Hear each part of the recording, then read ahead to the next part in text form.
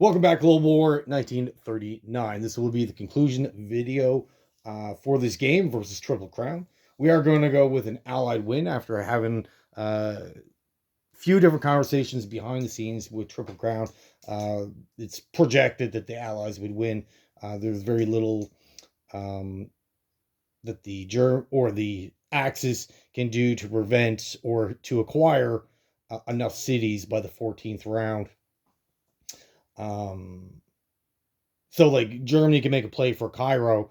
They do have two medium factories now in Africa, and the Germans can only move one space at a time. They can get to Cairo by the 14th round. However, they would also be losing three victory cities over in Asia. So it's certainly not enough to replace it. Now, if the Japanese were able to hold out and be able to keep the victory cities in the Pacific, that would be a different story. Another fault is that they can get to Cairo on the 14th round, but they can't stop. They need to keep advancing. So every little small battle, and they're going to have a small one here. I'm sure there's going to be blockers here. Guys going to be here, so they're going to be facing a number of units on the way. At the same time, the British are just going to build in this area, 3 units here, 3 here, going to move up guys from South Africa. There's even Americans now in the mix in Africa and in FEC territory. But the Germans can't stop. They need to advance every single turn, and certainly they're not going to let us blitz through any territories. They're not going to have anything vacant. So that means we can't stop and wait for reinforcements. We just got to keep going. By the time we get to Cairo, I'm sure it's going to be quite difficult. Don't be surprised he throws down fortification in a couple of locations, again, putting a hamper to the offense.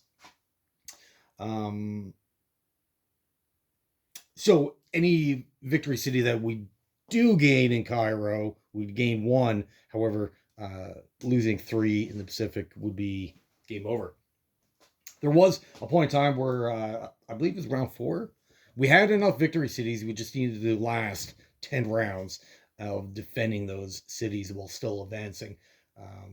But that's if you go to a 10-round game, that favors the Axis because they come out early, take all the cities that they need by round 3, and then they just need to defend for 7 rounds. But once the Allies get going, if you're going to a 14-round game, that favors the Allies more than the Axis. As once they get their economies going, the British and the Americans combined can be pretty scary, especially against the Japanese, where you have every allied nation kind of centered together, especially if you get the Russians involved. That is a viable strategy. Yeah, so overall, it was an interesting game, lots of ups and downs. Now, if you break down the Axis nations individually, you can't say that the Germans lost. They accomplished all their goals. They got all the victory cities that they needed. The Russians were kind of a pain in this game, delaying them about a turn, 2 turns of where they should be. So right now, at this point, this army group and this army good should really be in Syria and Iraq at this point, with the doorway to Cairo only in 2 turns and not 4. So the Russians in Moscow pulling out and then recapturing it delayed the European Axis by a turn, possibly 2. It certainly delayed the Spanish from joining the war on the Italian side. So that was a problem. And Italy, they did okay. They didn't meet their objective. They're really, what they should be doing in this game is the Middle East and Northern Africa. That is their realm. That's the task that they should be, or these territories that they should be taking out. But losing their fleet early on really hampers their ability to maneuver, get extra units to Africa from Italy, losing their transports. You really want about 5 transports in the water Of course, you don't want any Allied vessels in there. So that really put them behind a lot. It was very difficult for them to get going. They did the start constructing a new fleet, but they really get a really nice fleet that would pretty much handle anything or most things that the British can throw at it. They would need like 3 turns of just building cruisers, battleships, destroyers. But every time the Italians would put a fleet in the water, they would instantly be attacked by the Royal Air Force.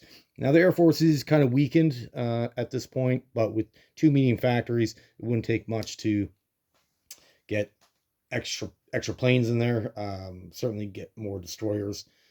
So the British can just outproduce the Italians at this point. They are making more money, and they have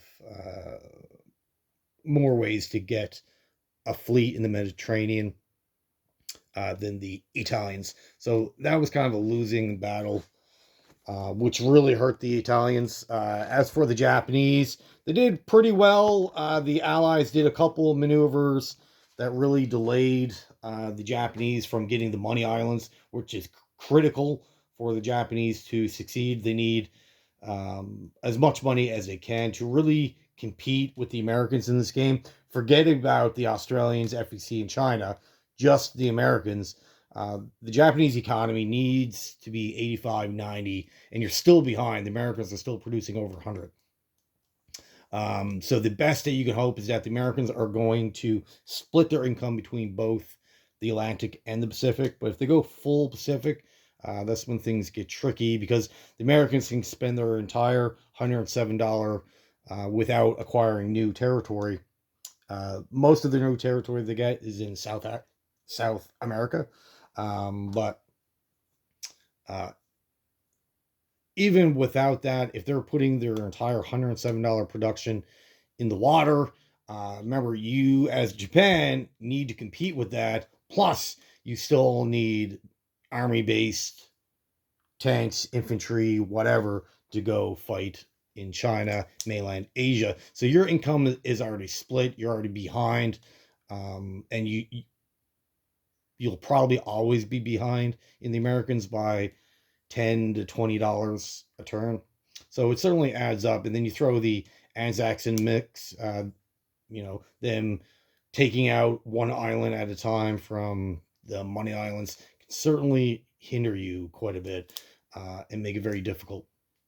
And then once the Russians get involved, and this is where the J1 kind of falls apart, is that Japan can really handle FEC and China if we're just talking the land war. They can certainly take care of both China, Communist China, FEC. There's not a lot of difficulty in removing these 3 countries.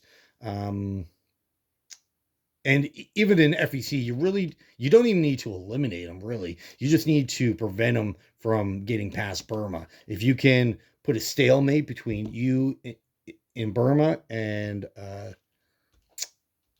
the FEC in Bangladesh, get rid of their boats in the water, and just have a land conflict and make it to the point where they can't get past this territory. That's all you really need to do. And then they're effectively not out of the game, but they're not really consequential to what's going on in the Pacific. China really needs to go. Communist China needs to go. But once you throw the Russian units in the mix, then whatever army-based assets the Japanese have in northern China, they really can't venture out and really do what they should be doing. This battle group here needs to come take out these 2 territories and then swing down to take the Chinese capital. And then your army group down here needs to swing down this way, meet up with Siam, and land in Burma, preventing the FEC from getting involved. But Russia comes up, plants an army here, and they don't even really need to move, just threaten these 3 territories, possibly even Korea. And then that prevents this northern group from Japan from really doing their tasks. So a little more thinking involved that needs to be done. Maybe hold off on the naval conflict 1 or 2 turns earlier, but the more time you give the Americans, the stronger they get. Also, in this game, the America enter the war pretty early than what they normally would. On average, you can expect turn 5. I believe this one was turn 3. Maybe turn 4, but turn 5, turn 6, that's expected for them to join. Anything below that is out of the norm. So that really hurt the Japanese. They were prevented 1 turn from collecting the Money Island bonuses. So good job for the Allies from delaying, and that's all they really need to do. They just need to delay the Axis early on, and if you can do that without losing too many assets, then once all the allies are in the war, and that's really what you're waiting out for. You're waiting for the Americans, and then that changes things a lot. Um, but if you can delay the Axis 1 or 2 turns early, turn 1, turn 3, then by the time you get to turn 7, the allies are really in the driver's seat, right? So that's kind of how it worked out for this game, and which is pretty standard for what actually happened. Both Germany and Japan, even in real life, they expanded super fast, took the world by shock. The Allies didn't know what to do, but over time, the Allies really got um, moving and got their assets in the right parts of the different regions, and were able to push back the Axis, right? So, and it was certainly an interesting game.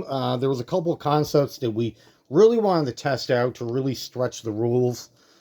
Doing Sea Lion or attempting Sea Lion. Most games that really doesn't happen a lot. Probably once every 5 to 8 games you'll see a Sea Lion.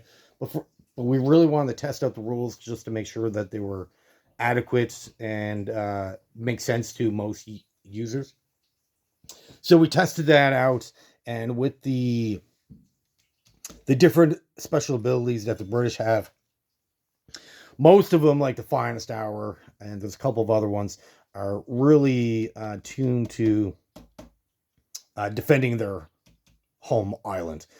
So once you trigger those special abilities, it really makes getting London really difficult, and you're kind of taking away from the Germans, not abilities, but one of their strengths is defending Europe, and they have a lot of production facilities in Central Europe. So even if the Americans do start making landings in France, it's easier for the Germans to acquire new equipment to defend the territory than it is for the Americans and the British to land. So you're kind of flipping the script by attacking London and turning one of your strengths and not really utilizing it properly. London also, so even if you land in Scotland or Liverpool, it makes all the British infantry for that round $1 cheaper, so you get certainly a lot more. There, for 1 turn, the production facility jumps up to 15.